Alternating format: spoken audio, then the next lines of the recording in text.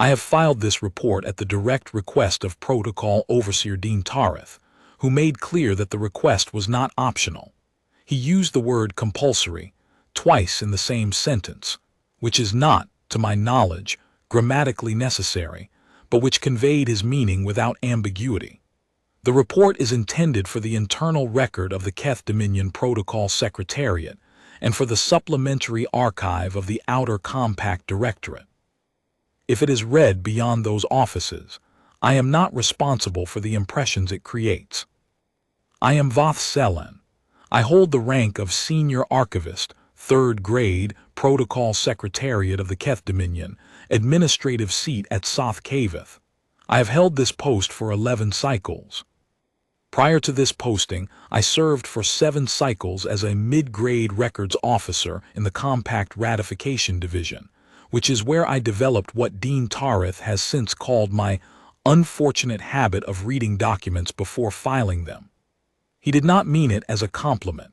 I mention it because it is relevant to what follows. The Compact Ratification Division deals in agreements the Dominion has entered into with external parties, and the work is detailed and often tedious, and the one thing it instills in a person who pays attention is the knowledge that the text of an agreement and the institutional understanding of an agreement are frequently not the same thing. I have seen compacts summarized in ways that omit their most significant provisions. I have seen ratification records that reference documents no one could subsequently locate. I have seen the Dominion bound to obligations it did not know it had accepted because the person who accepted them did not read them carefully, or because the careful reading was done and then lost, or because the careful reading was done and recorded in a form that did not survive the transition between administrative systems. That background is why, when an unexpected message arrived on the 14th console this cycle, I did not attempt to resolve it by consulting the Secretariat's internal guidance. I went and read the source document. What follows is an account of the events surrounding the 800th New Cycle Declaration, filed under Protocol Compact Reference KD 778 Alpha in the 43rd filing cycle since the Compact's ratification. I am the 43rd archivist to hold this post. I have filed the New Cycle Declaration 11 times. Prior to the cycle in question, I had not once had occasion to read the Compact itself. This is not a confession of negligence. It is a description of standard practice, which Overseer Dean Tareth has since ordered revised. I will explain what the New Cycle Declaration is, because the Overseer's post-incident review revealed that a meaningful fraction of the Secretariat's senior staff could not explain it either. The New Cycle Declaration is a formalized transmission, filed on the morning of each Dominion cycle turn, to a set of registered deep-frequency channels listed in Appendix C of Protocol Compact Reference KD 778 Alpha. The transmission consists of 4 lines: the Dominion's formal designation, the current cycle number, a phrase confirming that the Dominion's administrative structures are intact and functioning, and a closing identifier. The entire transmission occupies 12 seconds of channel time. The filing takes, from the moment I sit down at the transmission console to the moment I stamp the log entry, approximately 2 minutes. I have done it 11 times. The archivist before me did it 37 times. The one before her did it 26 times. The Compact was ratified 800 cycles ago, during an era of the Dominion's history that most contemporary scholars describe as the early expansion period, which is a polite term for the decades when the Dominion was acquiring faster-than-light capability for the first time, and was not entirely certain what it would find in the sectors beyond its home system. There were, in that period, a number of compacts entered into with various parties. Many of those compacts have since been dissolved or superseded. Protocol Compact Reference KD 778 Alpha was neither dissolved nor superseded. It simply became, over the course of several centuries, ceremonial. That is the word that was used in the Secretariat's internal guidance when I joined. Ceremonial. The new cycle declaration is a ceremonial obligation, filed annually, requiring no response and expecting none. The deep frequency channels in Appendix C are listed as active but are described in a footnote added at some point in the past 300 cycles as legacy monitoring infrastructure non-operational. I did not look closely at that footnote. I had no reason to. It said non-operational. I filed the declaration each cycle, stamped the log, and went to breakfast. On the morning of the 800th filing, I did exactly that. It was not a remarkable morning. I arrived at the transmission chamber at the usual hour, before the rest of the secondary shift staff, because the declarations are by tradition filed at the cycle's first administrative quarter, and I prefer to have the chamber to myself. The chamber is a long room with low lighting and 14 transmission consoles arranged in 2 rows. 11 of those consoles are in active daily use for Dominion administrative communications. 2 are reserved for the Outer Compact Directorate's routine traffic. The 14th console, at the far end of the second row, is the one designated for legacy compact transmissions. It has a green indicator light on its upper left corner that I have never seen do anything other than sit there, green and steady, in the manner of a light that is on simply because no one has gotten around to turning it off. I crossed to the 14th console, keyed in my archivist's authentication code, pulled up the declaration template, verified the cycle number against the Secretariat's rolling calendar, confirmed that the 4-line text was correct, and transmitted. 12 seconds of channel time. I stamped the log, declaration filed, cycle 800, archivist Voth Selen, protocol compact reference KD778 alpha. The log entry took slightly longer than the transmission itself. Then I went to breakfast. I want to be precise about the timing, because Overseer Dean Tareth later placed some emphasis on it.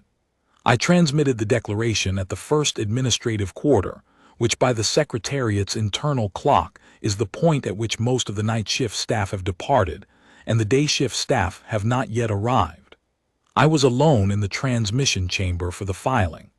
I left the chamber at the first quarter plus 11 minutes. The chamber remained unoccupied, by which I mean no Secretariat staff were present in it, for approximately 2 hours afterward, at which point the day shift senior transmission officer, a mid-grade archivist named Peth Voss, arrived and began his standard morning checks. Peth Voss was the first person to see it. He came to my office at the second administrative quarter, which is to say roughly 4 hours after my filing, and he stood in my doorway with an expression I recognized as the particular variety of uncertainty that arises not when a person does not know what they are looking at, but when they know exactly what they are looking at and cannot determine what to do about it. I have seen that expression on junior staff when a transmission arrives in an unexpected format, or when a compact register throws an error code that isn't in the standard reference guide. I recognized it because I have worn it myself. He said, "Archivist Voth Selen, there is a response." I said, "A response to what?" He said, "To the declaration." I looked at him for a moment. I want to be clear that I understood the words. I simply found them, in combination with each other and with the known facts of the situation, difficult to immediately process. The declaration had not received a response in 800 cycles. The channels in Appendix C were listed as non-operational. A response, in the ordinary meaning of the term, was not possible. I said, "Show me." We went back to the transmission chamber. The 14th console's indicator light, which had been green and steady for every minute of every day I had spent in this post, was doing something different. It was cycling. Green, then a brief dim, then green again, at intervals of roughly 4 seconds. I have since learned, from the technical review conducted after the incident, that this cycling pattern is the console's indication of an established two-way channel. It had not cycled in the entire service life of the console, which the technical review determined was 263 cycles. Before that, the Secretariat's records did not extend clearly enough to say. Pethvas had already pulled the incoming signal onto the display. It was sitting there on the screen when I arrived. The signal was brief.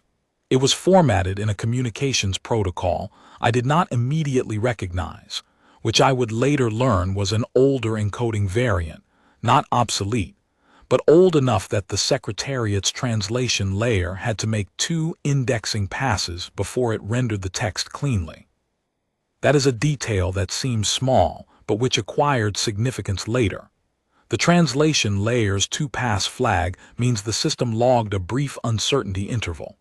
That log entry became, in the subsequent review, evidence that the encoding was genuinely old, not something recently constructed to mimic an old format, but something that had been sitting in a communications architecture, waiting, for a long time. The decoded text read as follows. I am reproducing it here exactly as it appeared on the console display, because Overseer Dean Tareth has asked for precision, and precision is what I am providing. Received. New Cycle Declaration, Cycle 800, Protocol Compact Reference KD 778 Alpha, Article 7 Acknowledgement Logged. INS Thornwall, Sovereign Response Group, Outer Marker Station Soth Caveth 4, standing by per Article 7 provisions. Please advise on status and nature of declared situation. If no situation exists, please confirm. Awaiting your signal. I read it once. I read it a second time. I was aware, in the manner of a person who has spent a professional life working with documents, that the text was well-formed, procedurally correct in structure, and entirely outside any category I had ever encountered in 11 cycles of Secretariat work. The phrase "standing by per Article 7 provisions" was what stopped me. I did not know what Article 7 said. This was not unusual. The compact's text is lengthy. The technical review later determined it runs to 47 pages in standard Dominion formatting, and no one in the current Secretariat had read it in its entirety. The Secretariat's internal guidance summarized it as a mutual interest communication framework with ceremonial annual filing requirements. That summary had been written by someone, at some point, and passed down through successive generations of archivists as received knowledge. No one had checked it against the source document in a very long time. I said to Pethvas quietly, because I am a person who speaks quietly when I am uncertain and loudly only when I am certain, which Dean Tareth finds irritating. Get me a copy of the compact. The full text. He said the full text. I said the full text. He went. I stood at the 14th console and looked at the message on the screen. The cycling indicator light continued its 4-second rhythm. Whatever had sent this message was, by the light's indication, still holding the channel open. I am going to describe what happened in the next 6 hours before I describe what the compact actually says, because the sequence matters. The two things informed each other, and I think an account that jumps immediately to the compact's contents would give a misleading impression of how events developed. Events did not develop because someone found the answer and acted on it. Events develop the way they usually develop in a bureaucracy facing an unexpected situation. Slowly, in parallel, with several people working on adjacent pieces of the problem, and assembling a coherent picture only in retrospect. Pethvas returned with the compact's text within the hour. It was in the archive, as everything is in the archive, and he is efficient. I began reading it. At the same time, I sent a message to Overseer Dean Tareth, marked urgent but not emergency, informing him that the 14th console had received an incoming transmission in response to the morning's declaration and requesting guidance on how to proceed. He replied within 20 minutes, which is fast for Dean Tareth, with a message that said, "Acknowledge receipt. Tell them the declaration is ceremonial and that no response is required. File a correction notice." This seemed reasonable. I composed a correction notice. I was midway through the compact's text at this point, having spent most of the intervening time on the compact's preamble, its ratification history, and its first 3 articles, which deal with communication protocols, frequency registrations, and the parties' respective obligations for maintaining the declared channels. The language was old, and some of the terminology required cross-referencing with the Secretariat's historical glossary, which added time. I sent the correction notice. It went out over the 14th console. The cycling light continued. 20 minutes later, a second message arrived from the other end of the channel. Received. Correction notice, Protocol Compact Reference KD778 Alpha, Cycle 800. Note: correction notices are not a recognized instrument under Article 7. Article 7 activation does not include a withdrawal provision once the 30-hour threshold has elapsed. The 30-hour threshold elapsed at 09:14 this morning, South Cavith local time. INS Thornwall remains at South Cavith 4 per Article 7. We are not leaving. Please advise on status. I read that message 3 times. Then I went back to the compact's text and found Article 7. I will summarize Article 7, because reproducing it in full would extend this report considerably beyond its useful length. Article 7 is titled Response Obligations in the Event of a Declared Situation. Its first paragraph establishes that the annual news cycle declaration, if filed correctly, constitutes a standing notification of the Dominion's administrative continuity. That much I had understood from the Secretariat's summary. The second paragraph is what the Secretariat's summary had apparently decided not to include. The second paragraph establishes that if, within 30 hours of a news cycle declaration, no receiving party on the registered channels sends a standard acknowledgement, the declaration is automatically reclassified as a distress signal. The original logic, as best I could reconstruct it from the compact's drafting notes, which are appended as Annex F, was that a party that filed the declaration and then received no acknowledgement from any registered party was potentially in a situation where its communications were compromised, its administrative structures had broken down, or some other condition existed that prevented normal operations. The 30-hour window was intended as a grace period for transmission delays. After 30 hours, the registered parties were obligated to respond. I read that paragraph 4 times. Then I read the drafting notes in Annex F, which I had not initially intended to do, but which I found myself reading because the compact's second paragraph had introduced a specific question. Why 30 hours? The grace period is long enough to be deliberate. It is not an arbitrary round number in the way that many administrative grace periods are. The drafting notes are not lengthy. Annex F runs to 4 pages, but they are specific.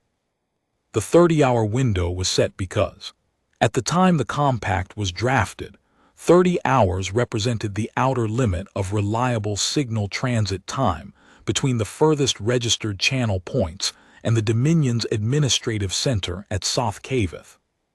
The humans who wrote the compact had calculated that a legitimately functioning Dominion should be able to send and receive a round-trip signal confirmation within 24 hours under normal conditions. The 30-hour window added 6 hours of margin for degraded channel scenarios. If the full 30 hours elapsed without a received acknowledgement, the compact's authors judged that something was wrong. The drafting notes also explain why the reclassification is automatic rather than requiring a deliberate action by the filing party.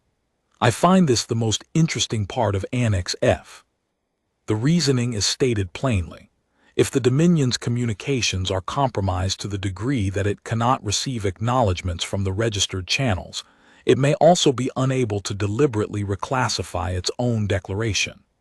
The automatic reclassification was designed specifically for a scenario in which the Dominion cannot act on its own behalf. It does not require the Dominion to do anything. It triggers because nothing happened, and in the compact's framework, nothing happening is itself the signal. That is the thing I have turned over most in the weeks since this incident. The compact was designed around the absence of response as a signal type. The Dominion's silence after 30 hours was not ambiguous. It was defined. It meant, something may be wrong. Come and check. The Dominion had been generating that signal every cycle for 800 cycles. I read that paragraph 4 times. Then I did a calculation. The compact had been filed this morning at the first administrative quarter. Per the response message I had just received, the 30-hour threshold had elapsed at 09:14 this morning. That meant the threshold had been reached not this morning but last night, at approximately the 9th hour of the Secretariat's night cycle. The declaration I had filed this morning was the 800th. The declaration filed last cycle by my predecessor. She retired 18 months ago. Her name was Archivist Death Kara, and she had held the post for 37 cycles and filed 37 declarations, and presumably never read the compact either, had reached its 30-hour threshold last night. And the one before that had done the same, at 30 hours past its respective filing, as had every declaration for 800 cycles. Every declaration for 800 cycles had crossed the 30-hour threshold. Every one had been, by the compact's Article 7 provisions, reclassified as a distress signal. No one had acknowledged them, not in 800 cycles. No one on the registered channels had ever sent an acknowledgement, because the registered channels were listed as non-operational, which I had always assumed meant that no one was listening. Someone, it appeared, had been listening. They had simply never acknowledged until now. I sat with this for a moment. I want to be honest about that.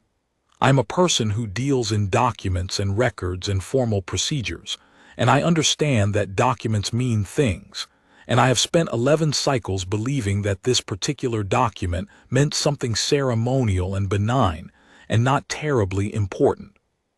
I was sitting with the knowledge that I had been wrong about that in a way that was specific and measurable and currently manifesting itself as a sovereign-class warship parked at the outer marker of Soth Cavith, with its acknowledgement light holding an open channel. I went to Dean Tareth's office. He is not a patient man, and he is not at his best when presented with information that overturns a prior position. This is a known quality of his, and I calibrated accordingly. I said, "The correction notice was ineffective. I need to explain why."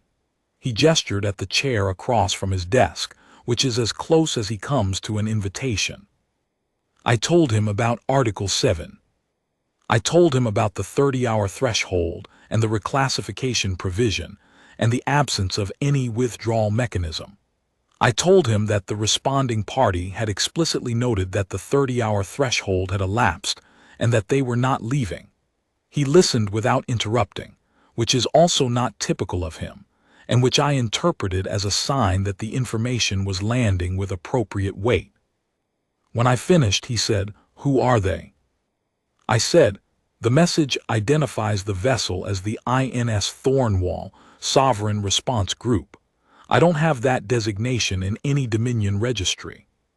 The compact's Appendix A lists the original signatory parties, and I've been cross-referencing. The designation is consistent with the party described in that appendix as the Terran Compact signatories." I paused. That entry has a clarifying note. The note says human. Dean Tareth was quiet for a moment.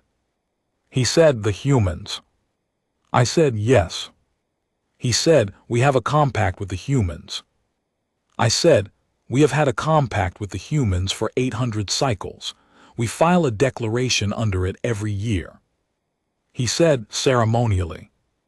I said, "That is what the Secretariat's internal guidance says.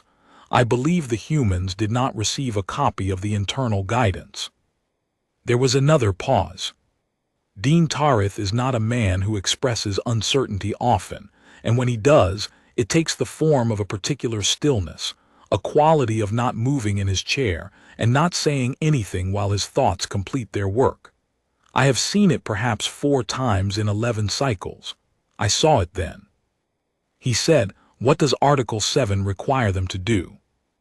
I said, "Stand by until the Dominion confirms the situation is resolved." He said, and if we say the situation is resolved, if we confirm it. I said, then they leave. The Compact's Article 7, third paragraph, authorizes a full stand-down upon receiving formal Dominion confirmation that the declared situation is resolved and no assistance is required. He said, then send the confirmation. Tell them the situation is resolved.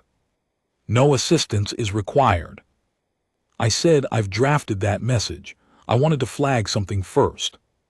He looked at me. I said, Article 7, fourth paragraph.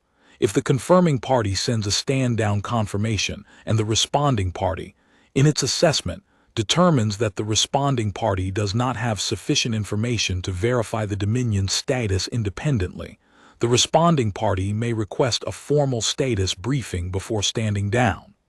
I had my copy of the Compact open on my tablet. I read the relevant language.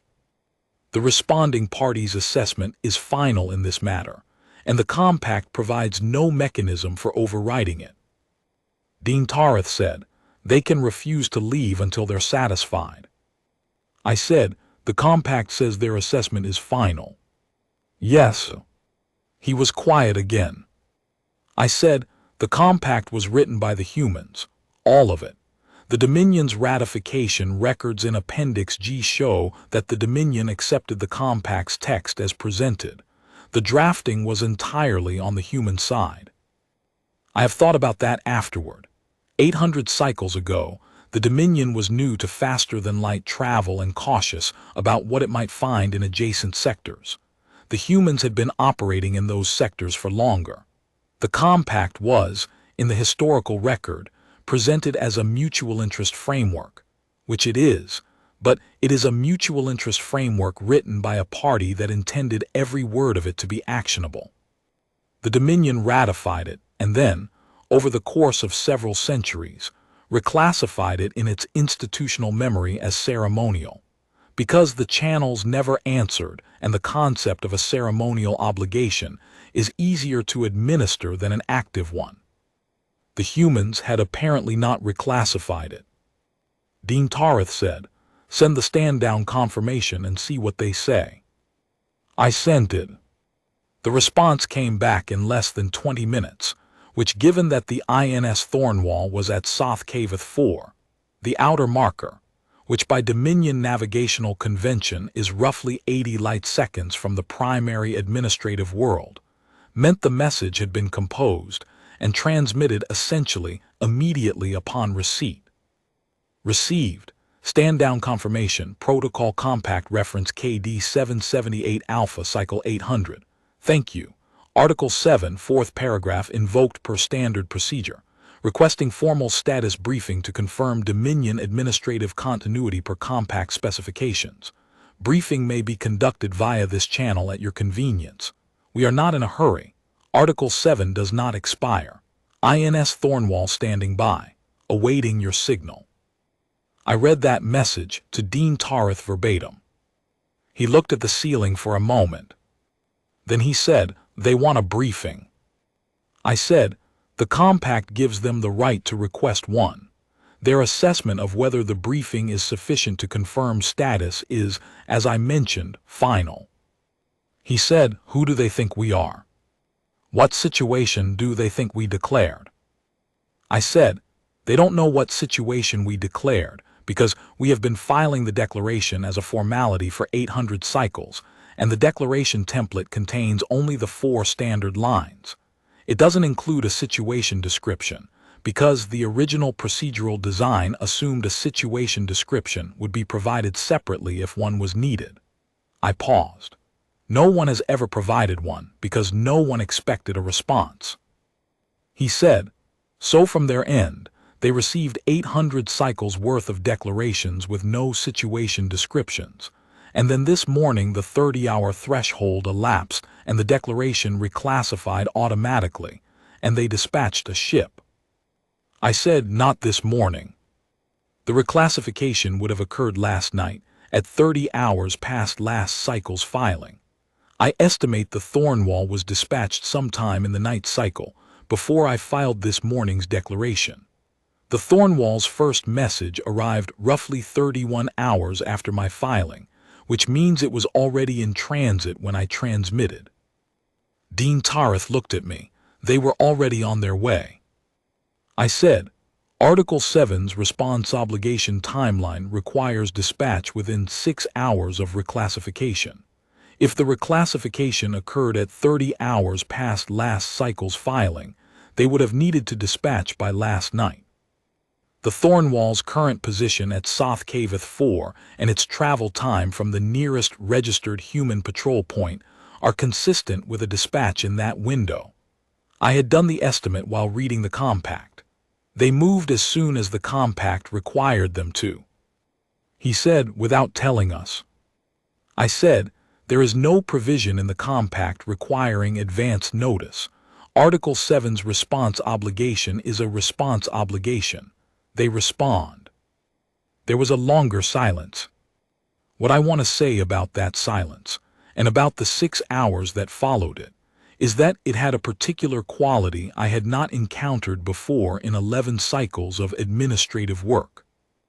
I have encountered confusion, and I have encountered disagreement, and I have encountered the variety of institutional paralysis that arises when a situation exceeds the available procedural frameworks.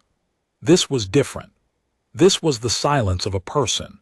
And then, as the afternoon progressed and more people became involved, of an institution, discovering that it had believed something was empty when it was full.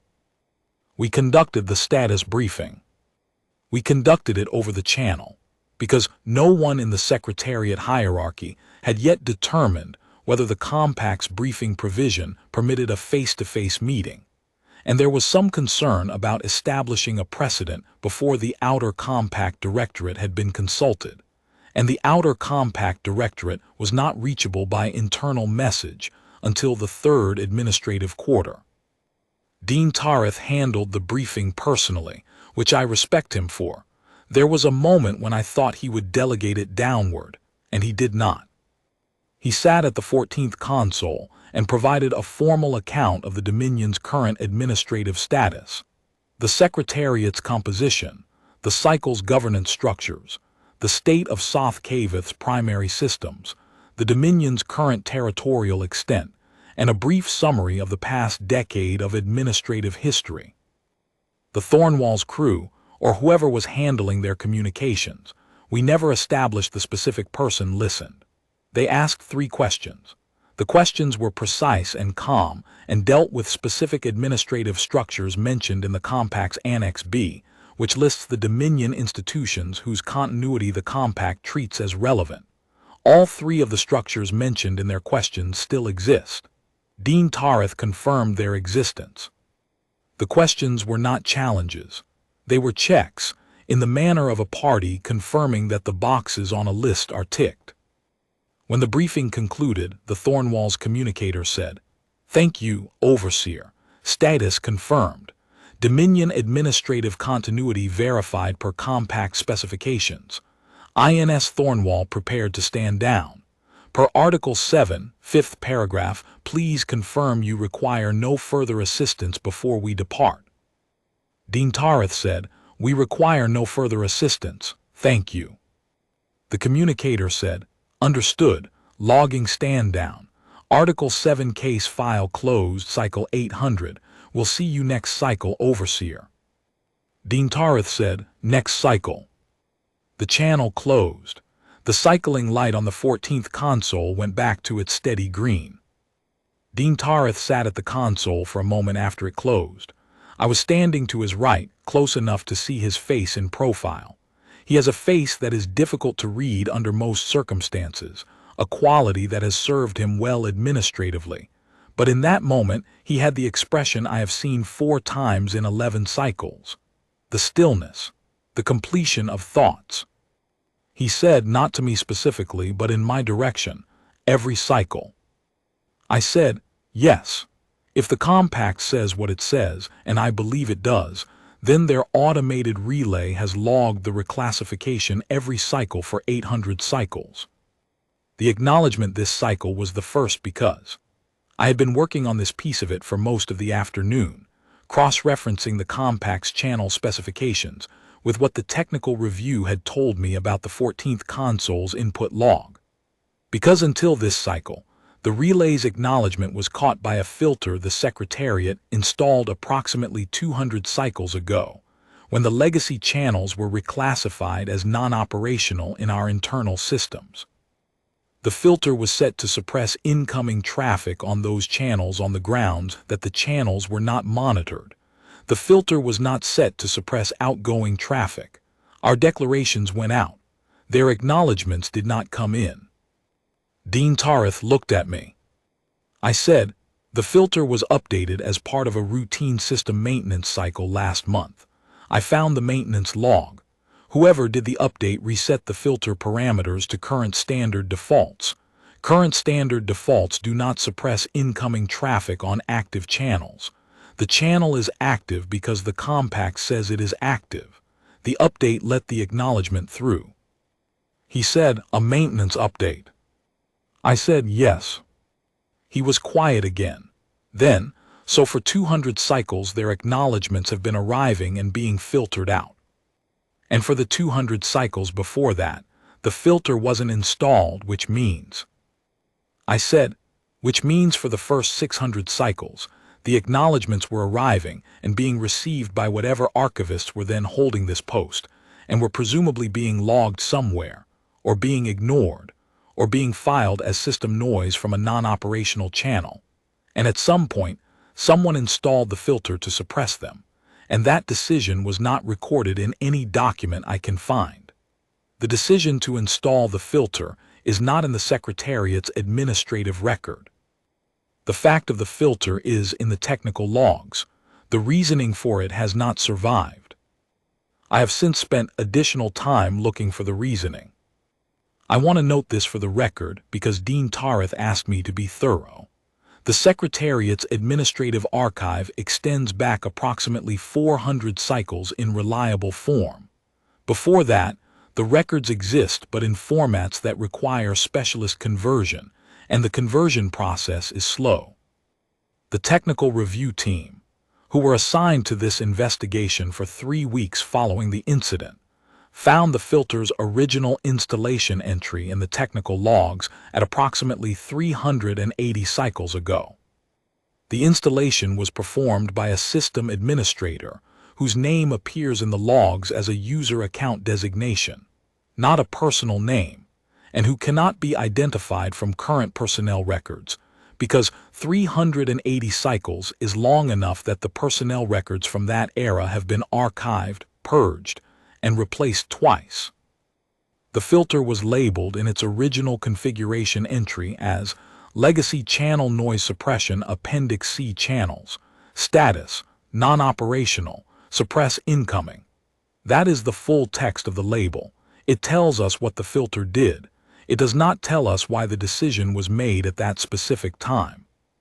The technical review team's best hypothesis is that approximately 380 cycles ago, someone, possibly a system administrator, possibly a department head who requested the filter, possibly both, had been receiving the incoming acknowledgements on the Appendix C channels, had classified them as automated system responses from non-operational infrastructure, and had installed the filter to stop the acknowledgements from filling the incoming queue with what appeared to be meaningless traffic.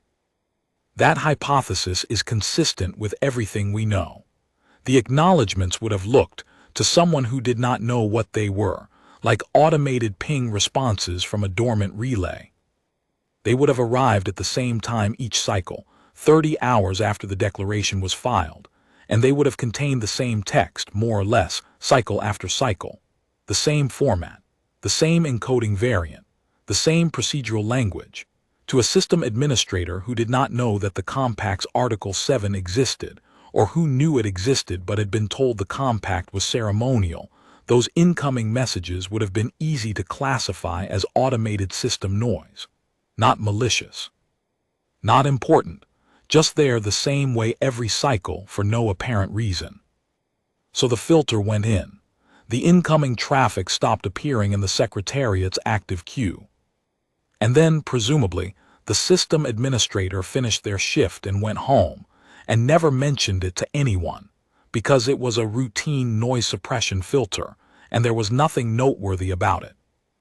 And then 380 cycles became 400 cycles, and the people who knew the filter existed retired or died, and the filter became part of the system's baseline configuration, as invisible and assumed as anything that has been in place long enough to seem like it was always there.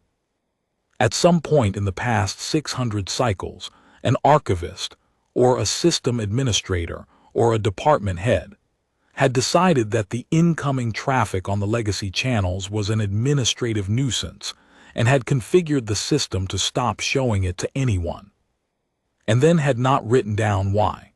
And the decision had carried forward, undocumented, through every subsequent system update and staff transition, until last month's routine maintenance had wiped the filter clean. I have thought about that person, whoever they were. I do not blame them.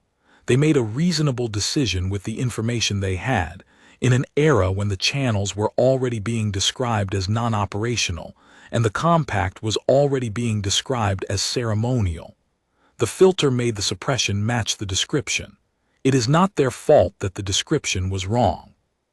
It is, however, a useful illustration of how institutional memory can absorb an error and carry it forward intact, generation after generation, until the error becomes indistinguishable from established procedure. What I find more interesting is the other side of it. For 200 cycles, acknowledgments arrived and were suppressed.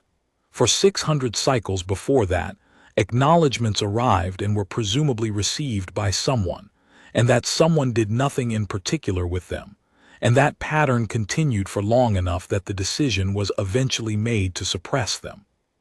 Which means that for at least some of those 600 cycles, some archivist was receiving automated acknowledgments from a human relay system and classifying them, apparently without any deep curiosity, as confirmation of receipt notices from a non-operational legacy channel, and filing them away and going to breakfast. Which means the relay acknowledged every declaration from the beginning, not just from last month when the filter was cleared. From the beginning, 800 cycles ago. Every cycle the declaration went out, the 30-hour threshold elapsed, the reclassification triggered, and the relay sent its acknowledgement. Every cycle the acknowledgement said, in whatever encoding the relay used, received, Article 7 active, standing by. And every cycle, whether the acknowledgement was received or filtered, the relay was standing by. I do not know exactly what that means in practical terms. I mean that I do not know whether the relay dispatched a ship every cycle for 800 cycles, and those ships stood at Soth Caveth 4 for some period, and then departed when no status briefing was requested. The compact does not specify a maximum standby duration for unanswered Article 7 activations. I sent a query to the Thornwall about this, after the channel had been reopened by mutual agreement for follow-up administrative communication. The response I received was, and I am reproducing it here because Overseer Dean Tareth asked for precision. Per standing Article 7 procedure, annual relay acknowledgement is logged and response assessment is conducted. Assessment determines whether to dispatch. Assessment criteria include treaty party status, route availability, and patrol scheduling. In cycles where dispatch was not assessed as feasible, the acknowledgement was logged as received with no further action. In cycles where dispatch was feasible, a vessel was dispatched. Dispatch records are maintained internally and are available upon request under the Compact's Annex D data sharing provisions. I have requested those records. They have not yet arrived. I expect they will be extensive. What I understood from that reply, and what I have since confirmed with the Outer Compact Directorate's legal team, who became very interested in this matter approximately 30 minutes after I sent them my first briefing note, and who have been, I am obliged to say, considerably more engaged than I anticipated, is that the humans have been assessing the annual Article 7 activation every cycle for 800 cycles and dispatching ships when the assessment said to dispatch. Not every cycle, but some cycles, Perhaps many cycles, perhaps most. The records will tell us. The Thornwall was the first one we actually spoke to. Because this cycle, a maintenance update cleared a filter that had been suppressing their acknowledgments for 200 cycles, and a different archivist, one who had sent a correction notice and received a reply that said the compact did not include a correction provision, had gone and actually read the compact, and found Article 7, and told Overseer Dean Tareth. That is the chain of events. I have written it as precisely as I can. I want to add one thing that is not strictly procedural, and if Overseer Dean Tareth wishes to remove it from the formal record, he may. He has the authority to do so. I am including it because I think it is true and because I have been asked for an account, and this is part of the account. When the channel closed and the cycling light returned to steady green, I stood in the transmission chamber for a moment before I left. The chamber was quiet. It was late in the Secretariat's afternoon by then, close to the end of the day cycle, and the day shift staff had already left or were in the process of leaving, and the night shift hadn't come in yet. It was just me and the 14 consoles and the low lighting and the green indicator light on the console at the far end of the second row. I thought about what it meant that the relay had been acknowledging our declarations for 800 cycles. I thought about the humans who had written this compact 800 cycles ago, when the Dominion was new to faster-than-light travel and anxious about what it might find in the sectors beyond its home system. They had written a compact that said, "File a declaration every cycle confirming you're all right. If you don't hear an acknowledgement, we'll come. If the 30-hour window closes and no one has confirmed they received your signal, we treat it as distress. We will be there in 6 hours of reclassification." They had written it that way because they meant it that way. And then the Dominion had ratified it, and over the course of several centuries, had decided it was ceremonial, which is a thing institutions do when the original people who made an agreement are gone, and the new people maintaining it have no personal knowledge of why it was made. The form of the obligation persisted, the annual filing, the 14th console, the transmission every cycle turn, but the understanding of the obligation had drained away. It had become a habit without a referent, a shape with nothing inside it. The humans had not made the same transition.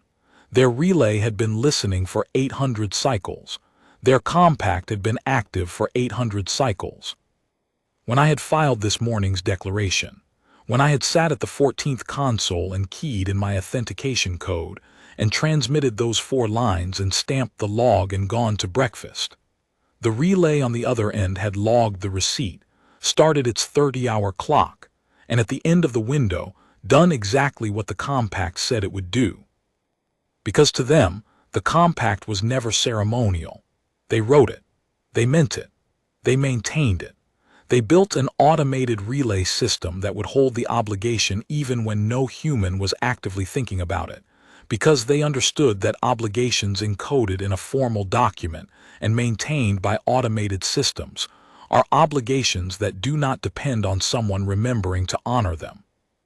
The Thornwall's communicator had said at the close of the briefing, "We'll see you next cycle, Overseer." That phrase stayed with me. I thought about it while I stood in the transmission chamber, and I thought about it on the way home, and I have thought about it in the days since while writing this report. It was not a threat. It was not a reassurance exactly. It was something closer to a statement of fact, delivered in the tone of someone who is describing a normal and expected procedure. Next cycle, the declaration will be filed. The relay will log the receipt. The 30-hour clock will run. The acknowledgement will arrive. And we will know it arrives. Now that the filter has been cleared, and the outer compact directorate has been advised to monitor the 14th console, and has issued explicit instructions that incoming traffic on legacy compact channels is to be received and logged regardless of channel status designations in internal systems. That is the procedural change. That is what is different going forward. The archivist who holds this post next cycle, or the one after that, or the 44th and 45th and 50th and 100th archivist to file this declaration, will receive the acknowledgement and will know what it is. The channel is no longer filtered. the acknowledgement will come through.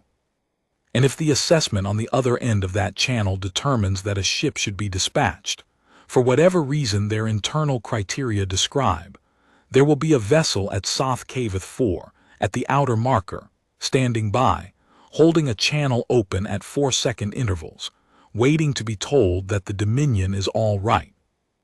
I find I have no strong objection to that. I should note, for completeness, that the records I requested from the Thornwall did eventually arrive. They came through 2 weeks after the incident, in a data package transmitted on the 14th console's channel, formatted per the Compact's Annex D specifications. The package was larger than I expected, which itself told me something before I had opened a single file. I assigned 2 junior archivists to assist with the review, and we spent 4 days working through the contents. The dispatch records span 612 cycles. That is how far back the human relay system's response logs extend in a format their Annex D transmission includes. The records before that were described in a cover note as pre-standardization format, available on direct request at extended processing timeline. 612 cycles of dispatch records. In those 612 cycles, the Article 7 assessment had been conducted every year without exception, as the response message I had received implied. The assessment determined whether to dispatch. In some cycles, no ship was dispatched. The records log those cycles as assessment complete, dispatch not feasible, acknowledgement transmitted, monitoring continued. In other cycles, a ship was dispatched. In 207 of the 612 cycles for which records were provided, a ship was dispatched to Soth Caveth 4. I have thought about how to convey what it felt like to read that number. 207 cycles. That is roughly 1 in 3 years, sustained across 6 centuries. There were human ships at the outer marker of Soth Caveth, standing by under Article 7, 1 cycle in every 3, for as long as the Keth Dominion has possessed faster-than-light travel. The ships came, held position, received no briefing request, waited the maximum standby duration specified in the Compact's Article 7 6th paragraph, which is 72 hours, and departed, all without a word from the Secretariat, all without a word from any Dominion institution, because no one in the Dominion knew they were there, and no one on the human side was required by the Compact to announce their arrival if no briefing was requested. They just came, they stood by, they left. They came back the next eligible cycle and did it again. I sat with those records for a long time. My 2 junior archivists were quiet during that part of the review. I think they understood what they were looking at, even if none of us said it plainly. The Compact had been active, in a literal and operational sense, for the entire duration of the Dominion's faster-than-light era. We had believed it was a form with no substance. The substance had been present, every 3rd cycle, 80 light seconds from Soth Caveth's primary world, and we had simply not known to look. At the bottom of this report, per the formal requirements of the Secretariat's incident reporting procedure, I am required to include a recommended action. I am going to use that space to include 2 things.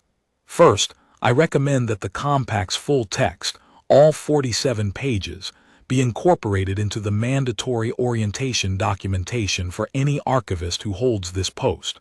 Not the summary, the full text. The summary is wrong about what the document contains, and it has been wrong for long enough that no one alive can say when the error was introduced. The document should speak for itself. Second, I recommend that the notation on the Secretariat's internal guidance be changed. The new cycle declaration is currently described as a ceremonial obligation. That description should be removed. The correct description is an annual compliance filing under an active mutual defense compact with registered response provisions. It is not ceremonial. It was never ceremonial. The party on the other end of the channel did not treat it as ceremonial, and the compact does not describe it as ceremonial, and the 44th archivist who files it should know exactly what they are filing. I have been asked to give this report a formal title for archive purposes. The required format is a procedural description followed by the relevant compact reference. I have titled it, Incident Report Unexpected Response to New Cycle Declaration, Protocol Compact Reference KD 778 Alpha, Cycle 800. Filter Removal Outcome. Status. Resolved. I considered adding a personal notation. The formal reporting structure does not include a field for personal notations, but there is a note section at the end of the incident form, which is traditionally used for administrative clarifications or follow-up reminders. I used it for this. The compact was not ceremonial. The relay was listening. The next archivist should know that before their first filing, not after their 11th. We filed 800 declarations into a silence we assumed. The silence was not empty. It was an acknowledgement waiting to get through. We should have been listening too. Voth Selen, Senior Archivist, 3rd Grade, Protocol Secretariat of the Keth Dominion. Soth Caveth, Cycle 800.